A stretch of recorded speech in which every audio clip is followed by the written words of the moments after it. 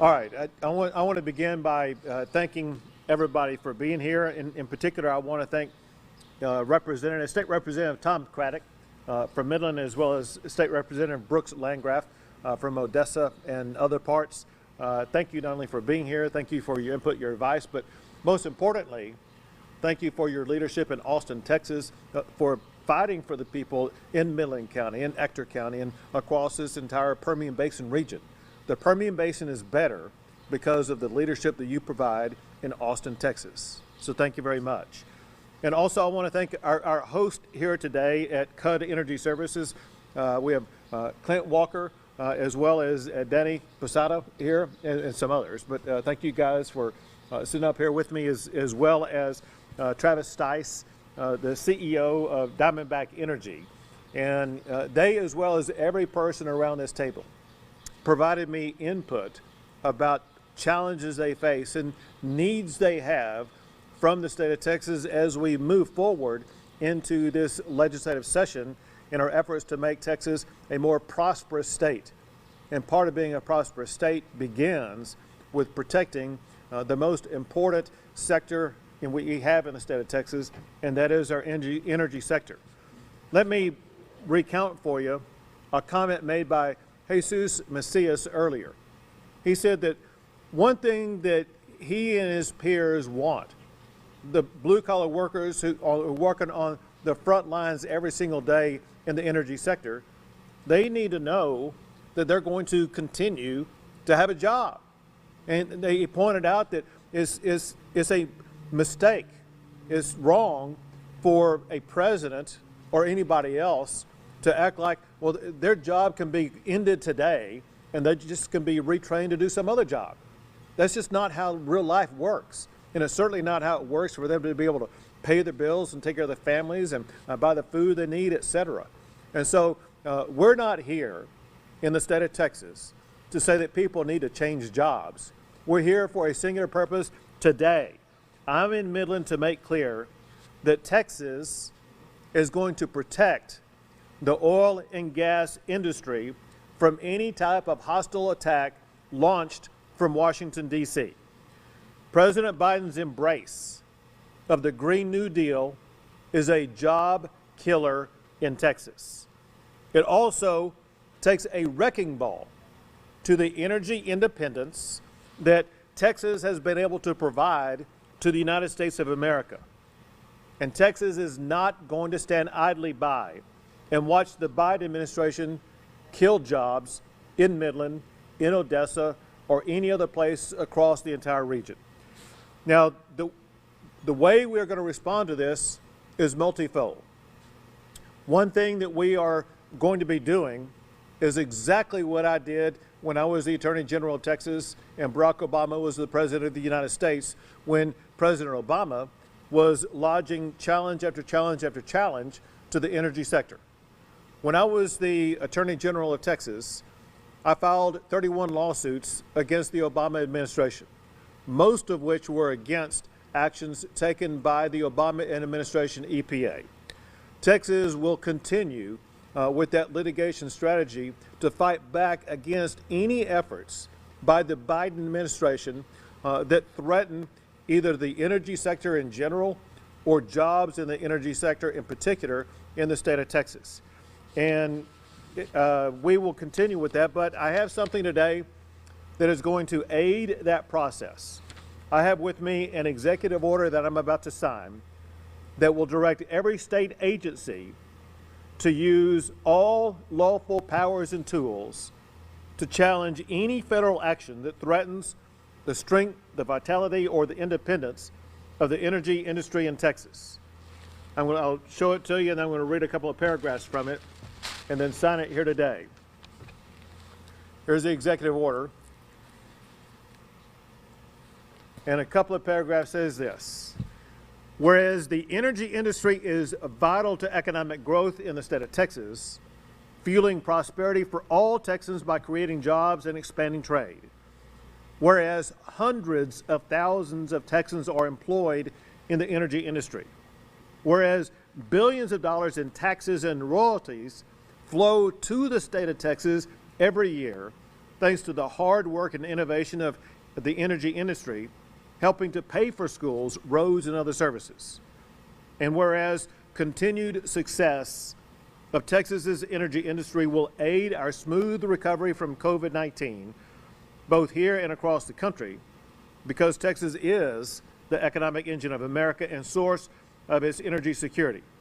And whereas regulatory overreach in the energy sector can damage the stability of the Texas economy and the livelihoods of countless Texans, and whereas on his very first day in office, President Biden signaled extreme hostility toward the energy industry and toward Texas by rejoining the job-killing Paris Agreement and signing Executive Order 13990. And whereas more and greater threats to the Texas energy sector seem imminent as President Biden embraces Green New Deal policies. I therefore, by the authority invested in me as governor in the Constitution and laws of the state of Texas, direct every state agency to use all lawful powers and tools to challenge any federal action that threatens the continued strength, vitality, and independence of the energy industry. Each state agency should work to identify potential litigation, notice and comment opportunities, and any other means of preventing federal overreach within the law. And when they do that, that will arm Texas to be prepared to fight back.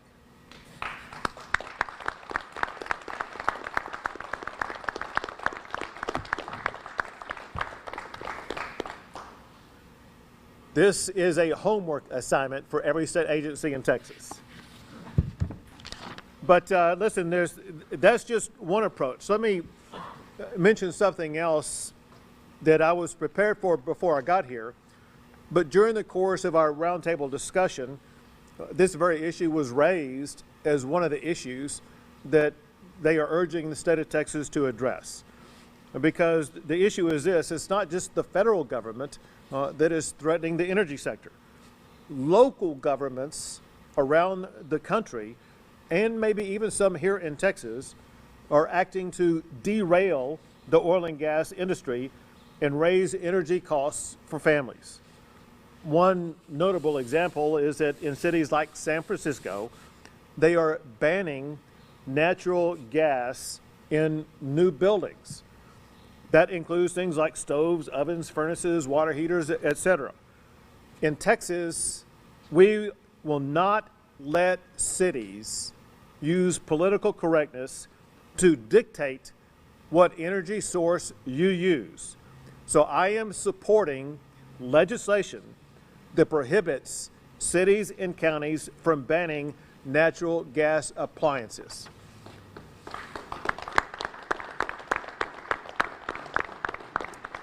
There were some other things that were discussed around the table today, and I'm going to mention several of them that are very important. One was the importance of not double regulating the industry. People need to understand that regulations cost money, and the more regulations there are, the higher your energy cost is going to be. And there are regulations coming from the federal government that would need to be fought back against. The last thing that the energy sector needs is to have additional regulations either from the state level or the local level. And so it's more than just doubling, it could be the tripling or quadrupling of regulations that just make it impossible for a particular industry to operate. And I want everybody around this table to know that we will be fighting back against any doubling or tripling of regulations. In fact, my goal is to go back to Austin, Texas, and find ways to cut regulations to make it easier for the oil and gas industry to do business in Texas.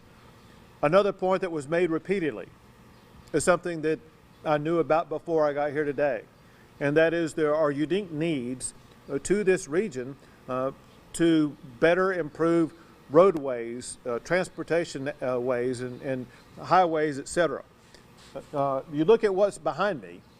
This is an enormous, you call it a vehicle, a rig. Clint, what do you call that? That's a piece of equipment. Well, it's more than a piece of equipment. Anyway, this goes on the roadway, right? Yes, sir. Well, and there's the truck for it. So this takes a high quality level of road to make sure it's going to be able to navigate the roadway to get to where it needs to be. And the Texas Department of Transportation is working with leaders in the Midland, Odessa areas to make sure that they're going to have the transportation infrastructure they need, not only to help big rigs like this get to where they need to be, but to help moms and dads and families be able to traverse the area in very safe ways. Also, we talked about something that's hugely important for the future of the state of Texas in general, but applying it to this region, UT Permian Basin has job skilled training programs that are important for the energy sector. Some may be important to other sectors. But I want to underscore the importance that the state of Texas puts into these job training programs, knowing how prolifically they can change and alter and improve the lives of the people who get that training, but also how essential that training is for the employers that want to hire those employees. Another thing that was mentioned were some current concerns that were raised about neighboring states at the state level beginning to come up with legislative proposals that could impose Green New Deal type policies in those states, and wanting to make sure that would not happen in Texas. And I made clear to them, I'll tell you what I told them. I said, if anybody passes a Green New Deal type policy in Texas, it will be met with a governor's veto and not become law in our state. And then the last thing is, and I didn't mention this to you guys earlier, but this is something that I've already announced, but I just want to make sure that the business operators around here know about my commitment to these policies. Over the course of the past year, businesses like these have been open during the pandemic, and they've been providing good paying jobs and providing energy for the entire state of Texas.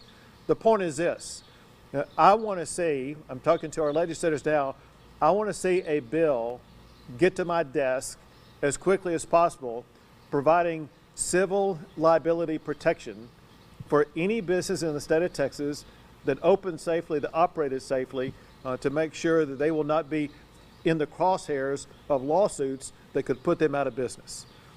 Another thing that's important that we learned over the course of the pandemic, and that is the vital role that broadband plays in our lives. We've seen it prolifically in schools, and about schools early, and so much of learning these days is taking place through Zoom classes. We've seen it in businesses. We've seen it in medicine through the use of telemedicine. Unfortunately, not all areas of the state of Texas have the same access to broadband access, and we need to correct that this session. We want to make sure every zip code across the entire state of Texas has full, equal, and robust access to broadband access. And then the last thing is that over the course of the pandemic, there were some regulations that were cut in order to help businesses make ends meet. One example is we authorized alcohol to go to assist restaurants to be able to stay open and continue to operate. Another thing that we did is we authorized the greater use of telemedicine so that patients would be able to see doctors in easier ways. Regulations like those that were modified during the course of the pandemic, we need to consider making them permanent laws in the state of Texas in the upcoming session. And then I'll close it out with this before I pass it to Travis Stice. And that is just to update you real quick on some very encouraging news today concerning the pandemic. Today, we provided more vaccinations than any other day during the course of the pandemic. We provided 133,459 vaccinations in one day. And today, we now went over the 2 million mark of vaccinations administered in the state of Texas. With that, I'm going to pass it to Travis. We're going to have a few other speakers, and then we will take some questions. Thank you, Governor, and thanks again for coming out here today, and thanks for your dynamic role in not only leading our state in the pandemic, but also being on the forefront of energy, which we know is so important. we talked about earlier, what has gone on in the Permian Basin over the last several years is a generational gift to our country, to our state, and that is in the form of energy independence. And that energy independence means that we no longer have to rely on receiving imported barrels from countries that quite honestly don't like Americans. And there's not a barrel of oil that's produced in the state of Texas that a person doesn't touch. And we need to make sure that as we produce these barrels, we keep in mind the men and women that are on the front lines. You heard of several today. And we appreciate the grit and determination that they have, and that we also honor the fact that we are now energy independent, which we haven't been, and it was an unheard of dream just a few years ago. The pandemic effect out here in the Permian Basin was catastrophic. I know it was around the world. Unemployment went from almost zero this time last year, it's hard to believe, to during the depths of the pandemic, we had unemployment between 15 and 20% out here. And now as we've got optimism around the vaccine and the worldwide economies are starting to open up and the demand for the product that we produce is starting to increase, unemployment, the industry is slowly coming back to life. And I'm here to tell you, as represented not only the 800 employees of Diamondback, but I'm telling you that the men and women of this industry stand in the breach to be able to lead our country, our state, out of the economic crisis that was caused by the pandemic. So thank you again, Governor, for coming out here today. Thank you, Travis. And now we have Clint Walker with Cut Energy. Well, thank you, Governor. I can't do any better than what your executive order just described. I mean, that's great. I hope we get all those things done. Cut Energy Services is a service company that supplies hydraulic fracturing, coil tubing, snubbing, well control, a whole host of things that they need at the wellhead. And that, like I was telling the governor earlier, you know, when oil went to negative $37 a barrel, Travis is not going to be drilling wells. And when he's not drilling wells, that I can't make him do that. And so, unfortunately, we had to go through a lot of layoffs and furloughs and do things we had to do to survive. And we've done that. The hydraulic fracturing process is the majority cost of the well cycle now. And in order to do that, it takes people that are very specialized and highly trained and committed. And it also takes a specialized piece of equipment to do that. You see this piece of equipment behind me. This is just one of 20 that could be on the location, not to mention all the other ancillary equipment and, you know, the other services, whether it be water, tools, pump down, the wireline. It's a very complicated business, and it creates a lot of value, a lot of revenue for the state of Texas. Talk about this piece of equipment. It was assembled in Houston by Stewart and Stevenson. Talk about the radiator here. It was manufactured in Houston. You look at that pump. It was manufactured in Fort Worth, Texas. I mean, there is a lot of monetary creation right here in the state of Texas. But you go outside of that, that engine was manufactured in South Carolina. The transmission was manufactured in Indiana. We have different components that are manufactured in Ohio, Michigan, Wisconsin, all over the United States. My point to this is that not only do we have a big impact here in the Permian Basin and in the state of Texas, but in the United States of America. And I just appreciate you keeping our economies open so we can succeed and provide a safe and reliable energy for not only the state of Texas, but the United States of America. Thank you very much, Clint. And now Danny Posada, also with Cut Energy. Thank you, Governor. I think my part is just pretty much explain for us low-level blue-collar workers that work every day in the front lines is just pretty much to explain that, you know, we as a group, most of us travel from different places. How Clint was saying that we do have things being built other places. We have workers that come travel, you know, 8 hours, 10 hours just to come to work, be away from their families. And pretty much on my personal level, it's the same thing. I'm gone from home 3 weeks at a time, where I have my wife who was working, is now at home taking care of my kids, going through school, homeschool. So, I mean, we do a big part for our families back home. And a lot of times, like I said, we miss our families, we are apart from them. And I thank Clint for obviously helping us out during this pandemic. Of course, we went through a lot of furloughs and cuts, but we still kept on working whatever we could to make our families, go through this pandemic and this hard time. Being with the company 7 years, I speak for most of the guys that I do work with and work under me, that they are all committed to continue to work for this company and for this industry. I think this industry is important not just to Texans, but to the United States. We make a big part, and we are here to stay. That's what pretty much I need to say. Well, Danny, thank you to you and to all the blue-collar workers here today. I'll repeat what I told you earlier, and that is when it comes to threats to your jobs, I just want you to know you have a governor who has your back and will be fighting for your jobs every single day. With that, we'll take a few questions. Governor, I'm Bob Campbell with This American. Other than signing the Paris Climate Accord, what are the most damaging actions that you feel President Biden is taking or is taking toward the energy industry? Well, he's already taken several different actions that are hostile to the energy industry, and there will be additional actions that he will take that will be uniquely challenging for the Texas energy industry. The banning of fracking on federal, the banning of additional drilling on federal lands, as well as in the ocean, right?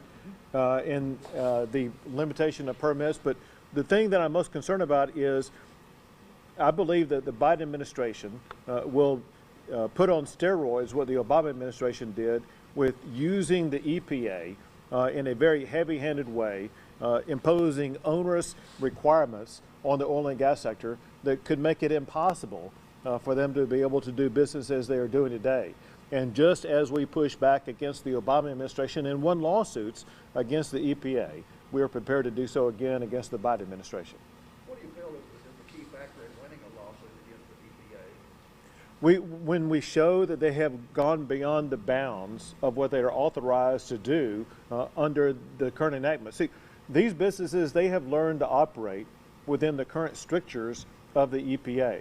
There's going to be the new rulemaking authority that goes beyond the bounds of what has been authorized by Congress. It's the typical attempt for the bureaucracy to circumvent the laws that are passed by Congress and go off on their own. We know Congress is frankly incapable of passing laws that would crack down on the energy sector because the votes simply are not there. So we will not let bureaucrats in Washington, D.C. dictate to businesses in Midland, Texas, how to run their business. Thank you, Governor.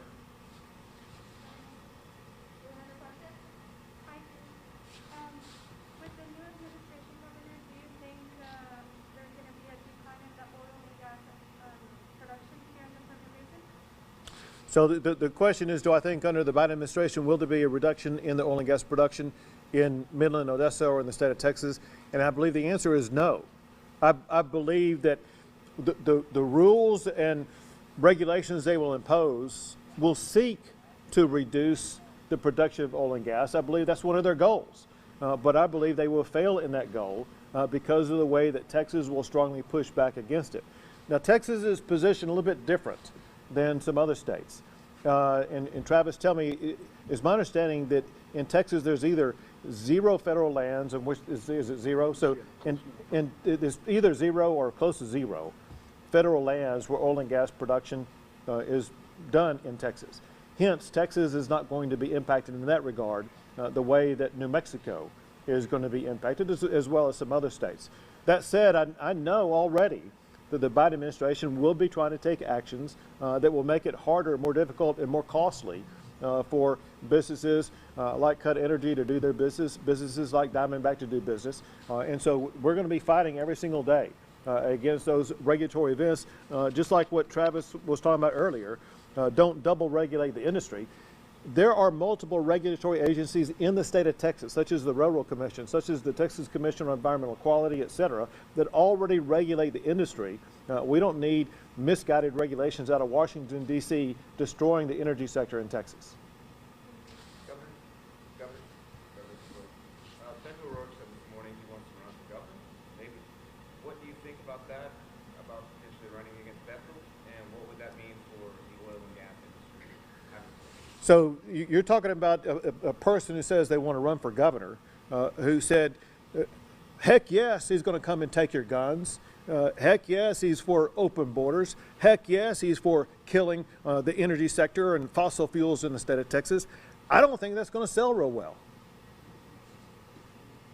I got some nodding right here with these blue collar workers. They don't like it. I will be the governor who will be protecting the blue collar jobs here in the state of Texas. Two more questions. Governor, what will be the consequences to any state agencies that, as you put it, don't do their homework? They better get their homework done, otherwise there'll be new leadership. Governor, one more question over here. Yeah, Governor. Over in Midland, Mayor Casey has criticized executive orders he made during the pandemic. He called them tyrannical. He refused to enforce the mask mandate. He told businesses to support them if they open beyond the allowed occupancy. What are your thoughts on his resistance to your orders? When I arrived today, the first thing that was said when I arrived, it was first by Travis and then by Clint, and it was echoed by pretty much everybody around the room. And it was nothing but praise for the way that I've handled the pandemic, about keeping businesses open and keeping Texas as safe as possible. And it's the people in this room right here that I work for every day that has kept Texas an economic engine. This is very important. For 6 months in a row, Texas has added new jobs. The last month we added more than 64,000 new jobs. Our economy got impacted just very marginally over this past year. And so Texas has persevered, and Texas is one of the leading states in the nation when it comes to the vaccination that will put COVID behind us. Great, thank you all for coming and don't exit back out the way you came in, head to the main building. Thank you. Great job, Governor. Thank you, guys, Great job. very much. Godspeed to you. Sure. Appreciate it.